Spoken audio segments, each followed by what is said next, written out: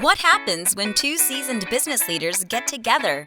They talk shop, of course. Sit back and listen in as Scott DeLong and Vince Moiso share from their experience around current issues facing executives, entrepreneurs, and their leadership teams.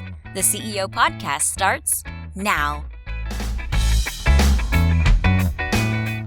Hey everybody, Vince Moiso here with my partner in crime as always, Scott DeLong, and we are in season 2, episode 13, and I'm excited about this particular topic. It's something that Scott is an expert in. So Scott, why don't you lead us off with what the discussion's going to be today? Well, first I like to tie that it's episode 13. That's the number I played in when I was playing ball. Nice.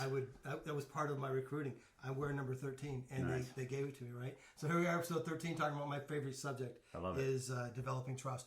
And basically, a few years back, I created a theory that we called the circle of trust. Not the one from the Fockers, right?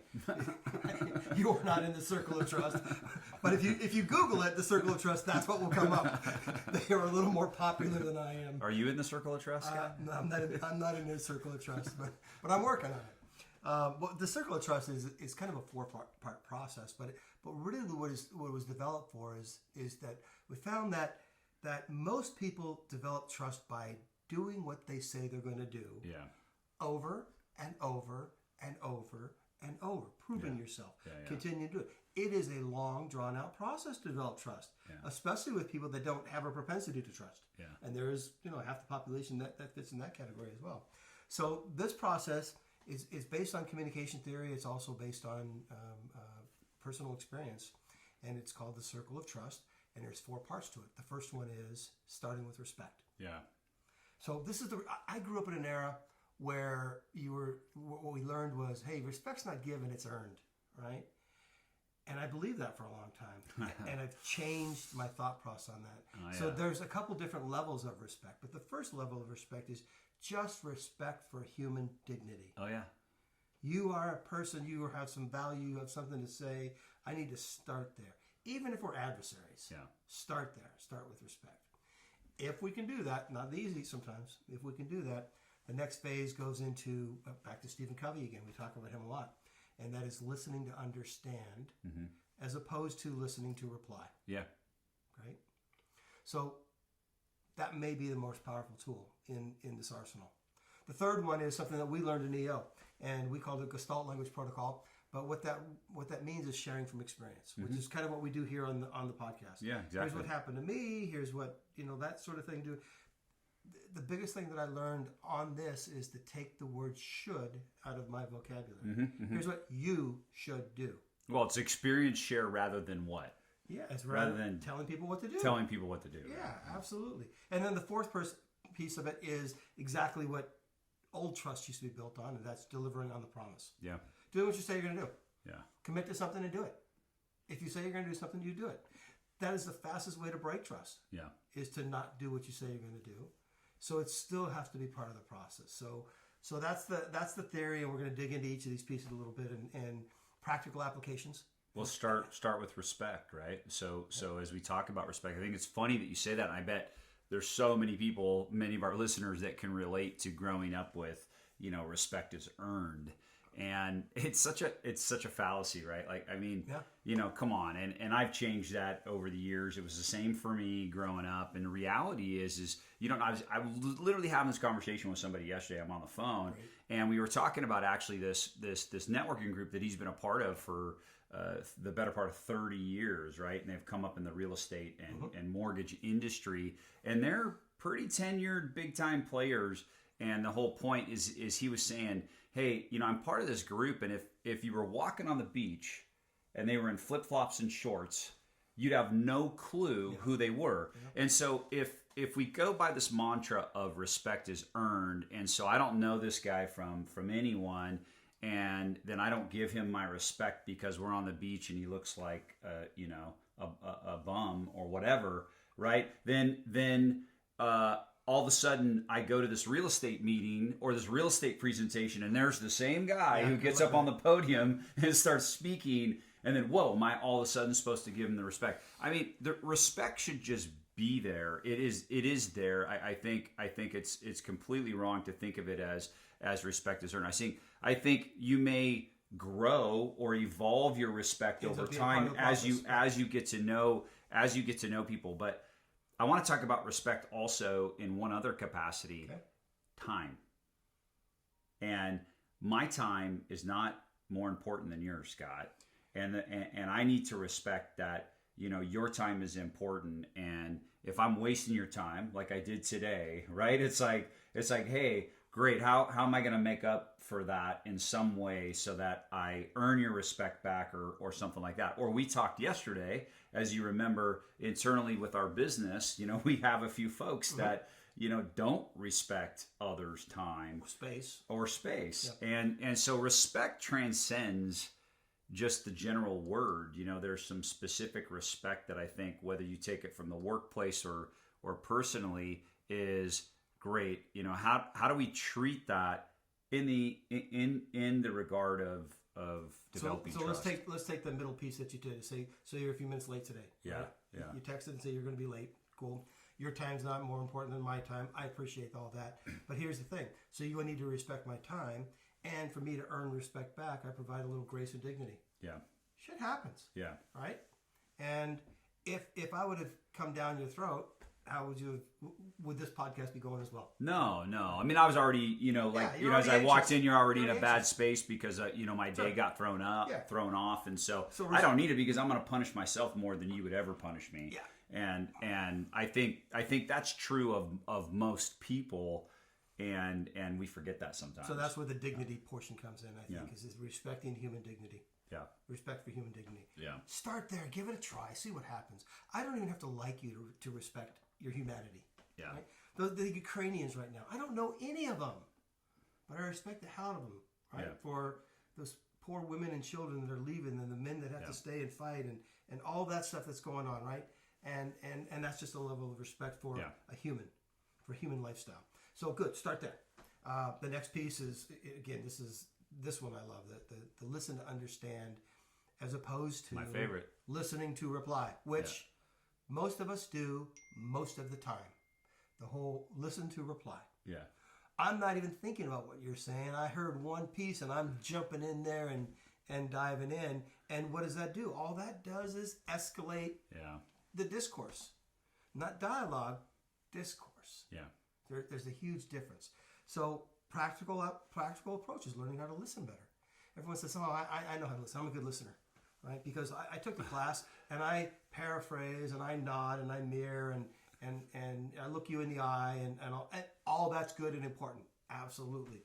But I think there's a piece of listening that's even more important, is that while you're telling your story, I key in on, if I'm paying attention to some of the body language stuff we talked about in the past, I key in on key words that you're saying, something in your body that's moved, your facial reaction, that meant something to him. Yeah. Ask him more about that thing. Don't jump in with my thing. Ask him about his thing. Yeah. You're talking about the car you were driving over here the other day, and then it went from here to here, and tell me more about that. What that feel like? The exhilaration, all that, right? So asking deeper questions. Sure. They talk about the 5 whys. You can get to the core issue of almost anything by asking why 5 times. Yeah. Now, I don't like asking why. I think it's a horrible way to start a question, because why sounds accusatory. Yeah. Why always sounds like, well, why'd you do that? Why are you so stupid? Why are you asking me that, Scott? That's what it sounds like. Why are you so stupid or ignorant or whatever the word is? So there's ways of asking questions where you can get to the why without asking why. Mm-hmm. Hey, tell me more about. Hey, help me understand. I don't get it. Can you describe? Right? Those are questions that dig deeper into your story. If I do that sincerely, and this is a key part. Mm-hmm. You have to be curious. Yeah. You have to be sincere. Yeah. Otherwise, it's crap and people know it. Yeah. Right? And they know you're manipulating them. Mm-hmm. So if you're doing, and you have to be patient, because their story is going to take some time. Especially if I'm getting down to 5 whys. I haven't even said what I want yet. I haven't even got to me yet. I'm spending all my time on you, but why am I doing that? Well, I'm working on developing a pattern of communication that will lead to developing trust. Well, I think of, first off, seeking to understand is my favorite Stephen Covey habit. If you've been listening to our podcast, you probably hear it on literally every other podcast. I think, it flows through in so many ways and applicable, to so many different things. Trust, especially. I think of seeking to understand, though, a little differently. And if you're a fan of the movie Office Space, right? And you remember when the one guy got in a car accident, he gets hit by a car, right? And then he's got this humongous settlement, right? So he quits the job, or got fired from the job, but it didn't matter because he got this huge settlement, right? So then he's having a party at his house, and he says, "Hey, I think I'm gonna become an entrepreneur, and I've created a mat where you can jump to conclusions." Right. And so I think the number one thing that we do, and it's a mistake that we make as human beings, but especially in the office, is the moment, if you're listening, you were talking about listening, and if you're listening to respond or you're listening to defend, I think it causes you to jump to conclusions, right? It causes you to assume, which you always say makes an ass out of you and me, right? I also say it's the lowest form of communication is to assume. It is. It's zero communication. It is. And I think if you just listen for a second and you really seek to understand the other side, man, when we talk about this in the context of developing trust, I don't know if there's a higher form of really and truly developing trust. No, I don't think so either. I think this is the top trick. And here's the thing. So when I talk to people about this, sometimes they think, well, but I have something to say too, right? When is it my turn? Yeah.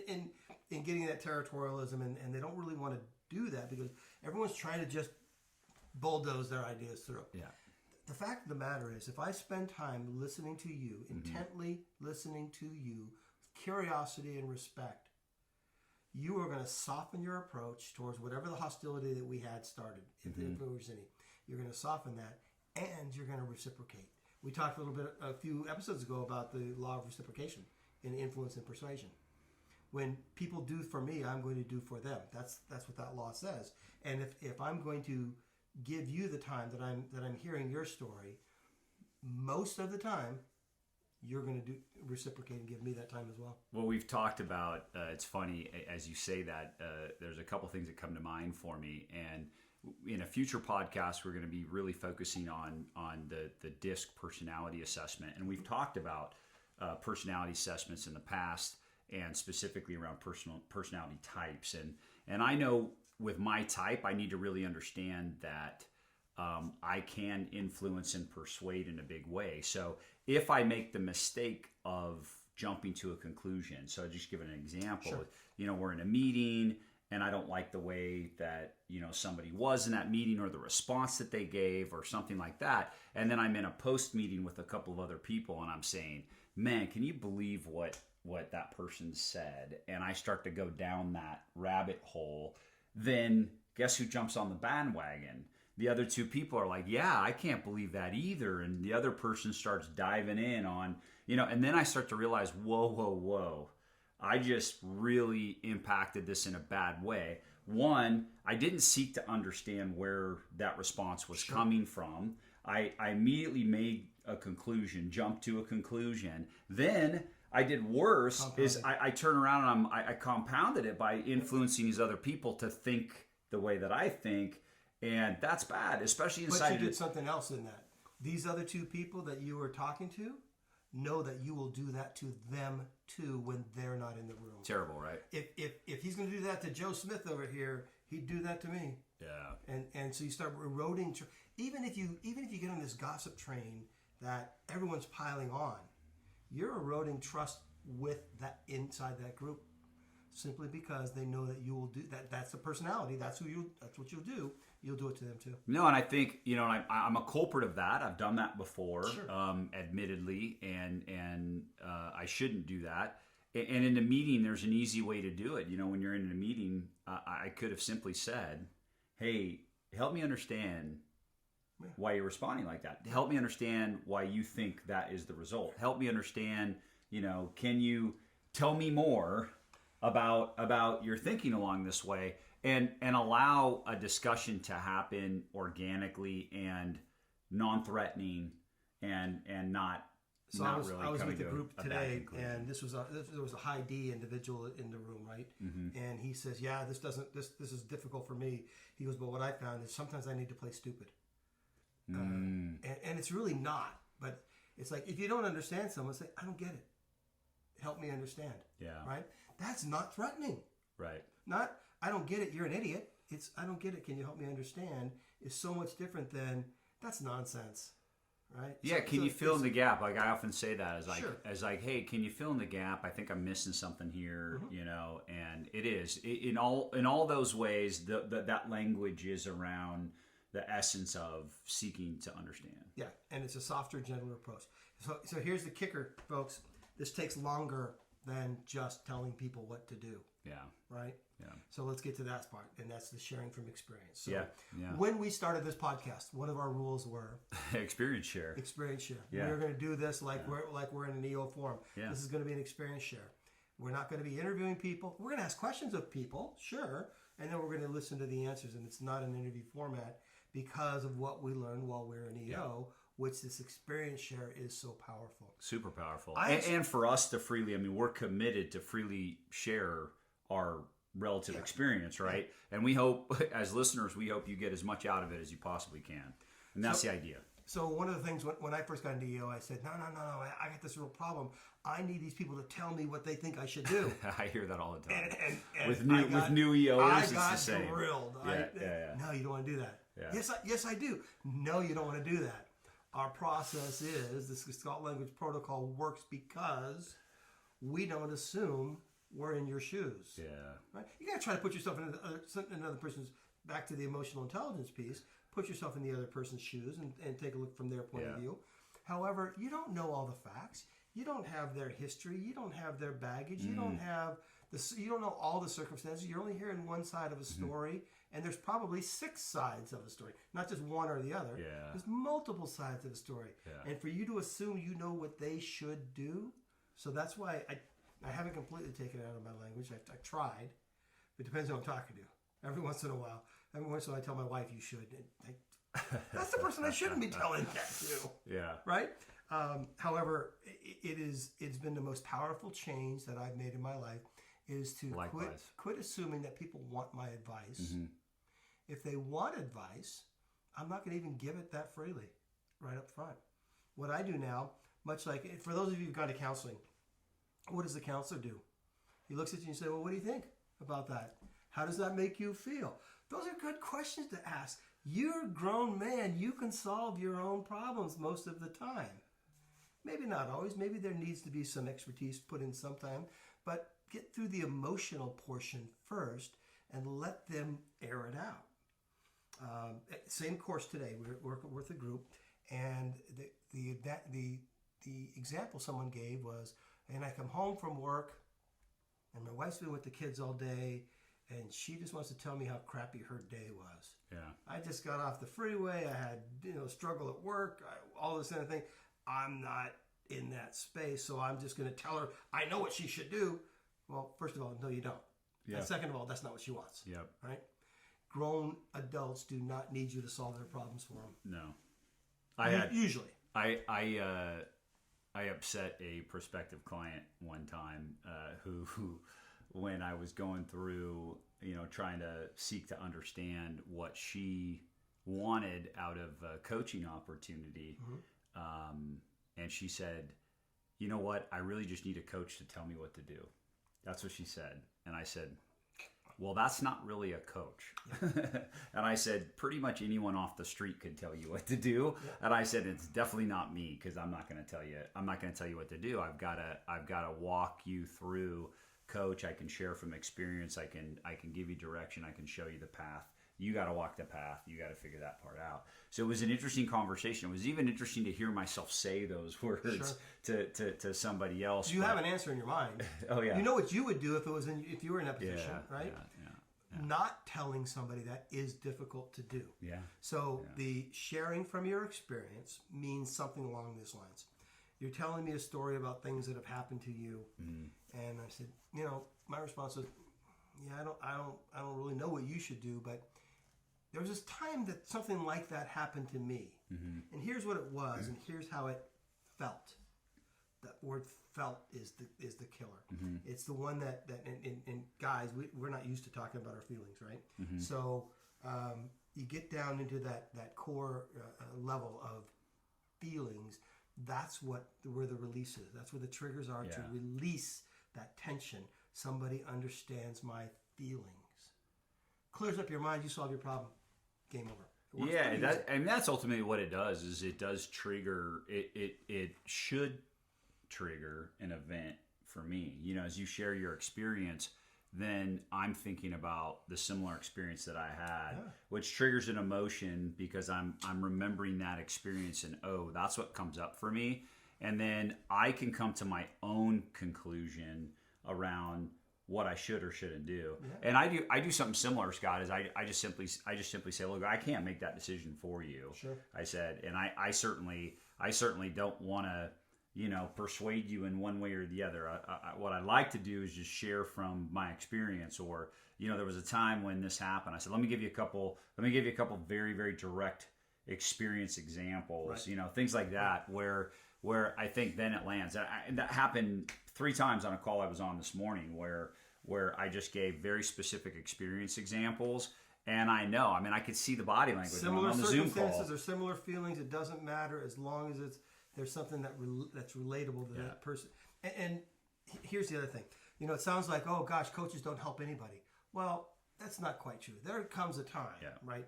If the person's really not getting it, not getting what they need, and then I might end up with, and this is we'll go through this process a bit. I might end up with, I really don't know what's right for you, but if it was me, here's what I would do. But I certainly don't lead with that, because in 9 times out of 10, maybe higher than that, person is smart enough to figure out what's best for them, and will do that if you help them clear that space. So sharing from experience is important. Why does it fit into trust? Because if I'm just grilling you or listening to understand and only getting one side, and I'm not sharing back, so the sharing portion is where that trust is built as well. I need to give up something. I need to be a little vulnerable myself in order to get you to break down that trust in this faster, deeper process that we're talking about within the circle of trust. Well, I shifted, when I started EO and I discovered this method of experience share, I completely shifted how I communicated with both my daughters. And I've kept that ever since. And it totally shifted my relationship, changed my relationship with them. And the level of trust that I got from them grew and grew because I was vulnerable enough to share from my own experiences rather than just telling them what to do all the time. Today was such a really good day because the same class, another gentleman there, again, another high D, a dominant personality, successful, intelligent, all those kind of things, and has answers. And has the answers. He said, I tried this last night with my daughter. So this example I'm reading about in the book right here is very similar to what happened with my daughter. And so I tried it. And it worked. She came, it just lifted and created peace for her. And she had this clarity of this boy that, that wasn't right for her. But she came to the conclusion. So if a dad tells a daughter, that boy's not right for you, what does she do? She dates him twice as hard. If he asks her questions and gets into her feelings about things that are happening and allows her to come to the conclusion, she dumps him pretty quick. Well, and guess what happens now? It's, more often than not, and even my wife knows it. She's just like, hey, I'd prefer for you to talk through this with them. And now they'll just come straight to me and say, hey, can we talk through this? And I love that. That is like the biggest compliment that I could get, to have that level of trust from both my kids, at 24 and 20 years old, that they're still coming to me at that level. Oh my God. I got a 23-year-old son who really close with his mom, and they talk about a lot of things, but she's an advice giver. She does the motherly thing, likes to give advice. But there's been like 4 times in the last year where she says, your son needs to talk to you. Right? So I said, Sean, talk to your dad. just because the approach is different. It is. And I'm not going to tell my son what to do. I'm just not. Yeah. It's just not. You get to live your life. Live your life the way you want to live it. And you did at one point, though, didn't you? Oh my gosh, did And I? how'd that work out for you? Yeah. Did it develop the trust that you would have wanted to develop with him? I've got one son that doesn't trust me today. Yeah. Yeah, I do, and I regret it. I regret it. But the last one, the one where I got smarter, an older parent, right? Yeah. Got a little bit smarter. Yeah. They don't have that problem with him because I didn't screw it up. Yeah. Right? It's not my son's fault that he doesn't trust me. It's my fault for not earning it. Totally. Not developing it and earning it. Yeah. He'll still come to me in crisis, but he doesn't just come to me. Yeah. Right? So it makes me sad. Yeah. It makes me sad that I didn't learn this stuff earlier. I get it. So, and then the last piece is deliver on the promise. Do what you say you're going to do. That's a no-brainer. Everybody knows that. Just do it. I know people that overcommit though. They superhuman can say I can do that and that and that and that. They get speeding tickets, right? They're always running late. They're doing all these kind of things because they're trying so hard to honor their commitments. But if you overcommit, there's no way. Yeah, it's impossible. Because life happens. Yeah. Traffic. You can't control traffic. You got to be somewhere. You got to be somewhere. Mm-hmm. And but the best you can, do what you say you're going to do. And if you can't, for whatever reason, let the other people know as soon as possible or practical that I'm not going to be able to make that commitment. Mm-hmm. Not the last minute. Not the day before. Not whatever. Give them time to adjust their schedules as well. Circles back to that respect. Yeah. So I told you earlier that it was a circle of trust. There's just 4 components to it. It's pretty simple, but it ended up being a cycle. Because what I believe is this, and we found it to be true in the studies that we did in my dissertation, and that was that my belief is that all we need to do with a new acquaintance is get through this circle 3 times, make it a cycle, and you will start developing a deeper level of trust and therefore a relationship. You cannot have a positive relationship with somebody without trust. I challenge anyone to question me on that. You cannot have a positive relationship with anybody if they don't trust you or you don't trust them. Well, I think that, going back to that last one is do what you say, right? Deliver on the promise, and I think that's important. It's funny. I was reminded of that today. I was on a Zoom call, and one of the guys said clearly, he's just like, hey, one thing I can tell you about me is that I do what I say every time, all the time. Right. And I do know that about him, like 100%, he's right. And that is accurate about him. And you know what? It's just an immediate trust. And then it becomes a transfer of trust, as I was introducing him to somebody else. And, that's a big deal for me. I mean, for me, just bringing it home is the 2 most critical components of what you're talking about in your circle of trust here. Seek first to understand, right? That Stephen Covey habit. I think by listening and seeking to understand, it's just probably the most powerful way, arguably the most powerful way that you can develop trust. And secondarily, if you actually do what you say, right? And if you actually follow through on your commitments and you deliver on your promises, that is equally as powerful to develop trust. In fact, you'll be earning trust earning respect at that if point. that's all you did, like if all you took away from today was just do what you say, right? And deliver on your promises. If that's all you take away from today to develop trust with others, then great. That's a huge takeaway. It'll take you longer and it won't be as deep. Yeah. But that's normal trust. And it's good. It's a normal trust process. Yeah. Great. Do that. Yeah. Add these communication components and start with respect. I'm telling you, it's faster.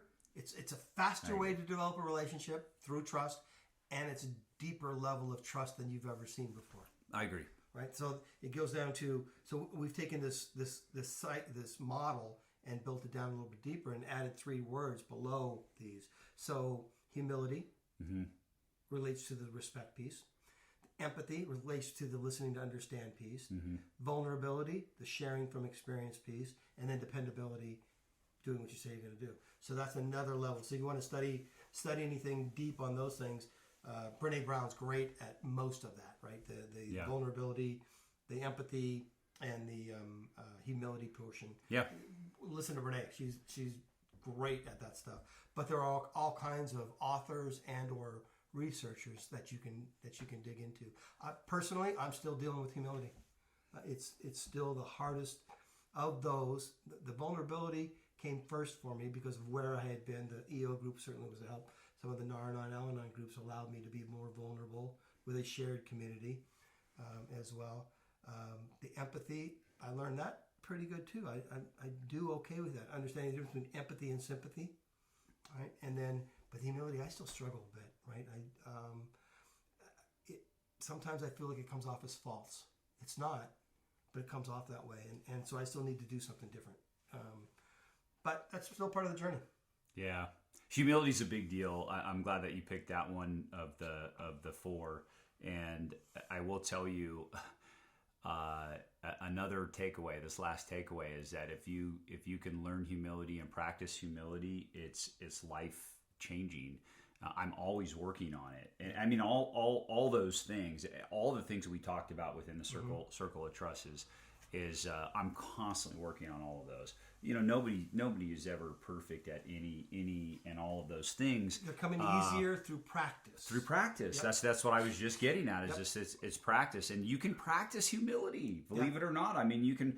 You know, it's just giving thanks on a daily basis. It's being gracious. It's just being, you know, in this moment of man, I'm just thankful for being here. I'm thankful for the opportunity to be delivering a podcast. I'm thankful for sharing my experience. I'm thankful for the businesses that I'm associated with. I'm thankful for the opportunity to live in San Clemente, California. I mean, just so many things to be thankful for. Life is so great. Life is so good that you know, step back for a moment and realize what you have.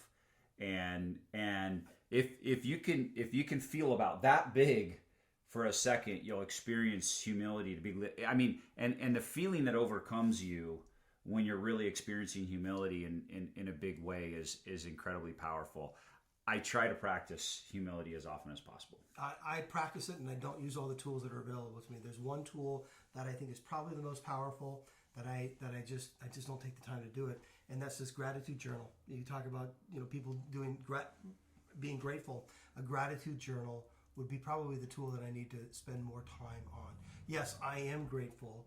How do I get that to show on my face at the same time as I'm presenting myself forward? Well, even I enjoy, you know, you can appreciate this, especially being an ex-athlete, honestly, I enjoy when people knock me off my pedestal. You know, if all of a sudden I'm on a pedestal and I don't even realize that I'm standing on a pedestal, and I love it when one of my friends or somebody close to me just knocks me off that pedestal, because it brings me right back down to earth, and I'd much rather be 2 feet on the ground on this earth. There you go. Well, if you want to learn more about this, I've written a lot about it. We talk a lot about it on my company's website, Lead to Goals, leadtogoals.com. You can go and find out more about the Circle of Trust, how to implement, how to practice. But we appreciate you listening, and we are grateful that we have an audience at all. Well, I would say, you know, I want to echo, and I know this is not, look, guys, we do not do this podcast. We are not sponsored. We're not looking, you know, for anything other than pure experience share, and we started it from that. Go to leadtogoals.com. There's a lot of free resources there that you can tap into, and a lot of other resources that you could jump into. You can check out vincemoiso.com. I've got a ton of resources to that regard that you can download, and they're free.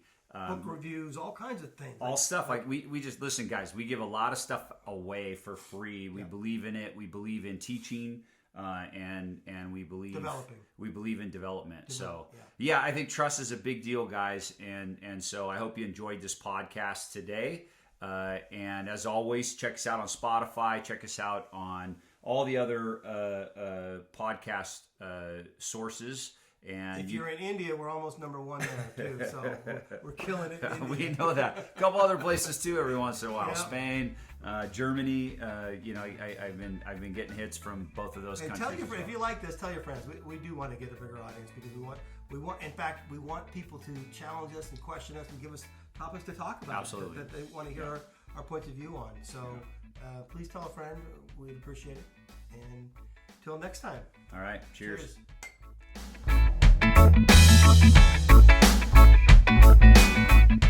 Thank you for joining us for the CEO Podcast. Please visit us at theceopodcast.net, where you can learn more about our co-hosts and listen to past episodes.